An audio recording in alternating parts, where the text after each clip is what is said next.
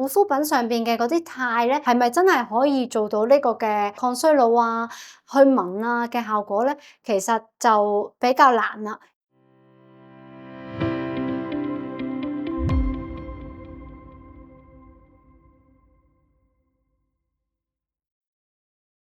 其實咧，我哋皮膚咧搽上去嘅護膚品咧，其實佢個分子咧其實都好大㗎。無論係一啲保濕啊、美白啊，又或者係淡斑嘅產品咧，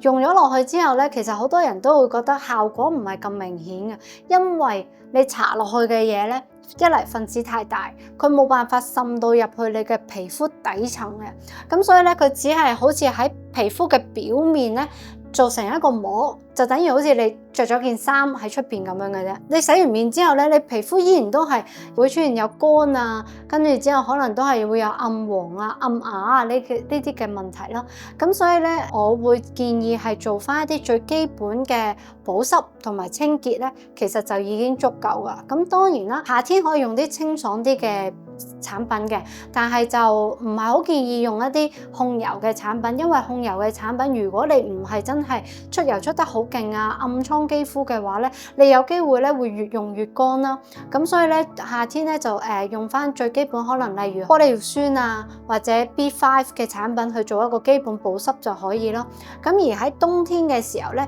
可以加翻一啲厚重少少嘅面霜質地嘅產品。咁啊，面霜質地嘅產品咧都係建議係用一啲玻尿酸或者係 B5 嘅產品成分會比較多啲，會比較好啲，同埋呢啲係會相對天然啲嘅成分。基本日常嘅清潔咧，咁可以揾一啲係有輕微果酸成分嘅潔面產品係可以嘅。輕微嘅果酸產品潔面嘅過程入邊咧，佢可以幫你疏通你個毛孔啦，清理你皮膚嘅面頭一啲即係可能堆積咗好耐嘅一啲嘅死皮啊各樣嘢嘅話，係可以有少少疏通毛孔嘅效果嘅。咁但係你話如果係水楊酸嘅產品嘅話咧，我就唔係太建議啦，因為咧本身水楊酸咧佢個刺激度咧係會好高嘅。咁有啲皮膚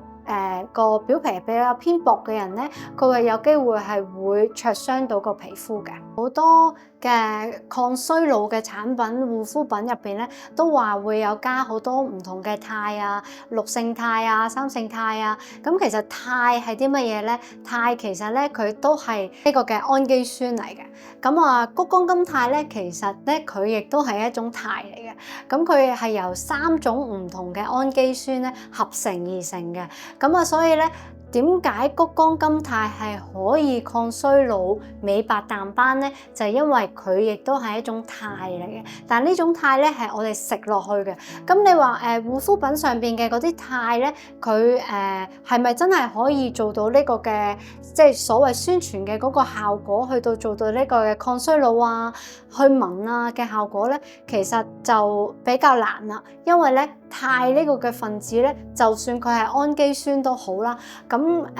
佢個分子咧都係比較偏大，皮膚咧係吸收唔到去入邊嘅。咁所以咧，我係建議咧係要食落去嘅。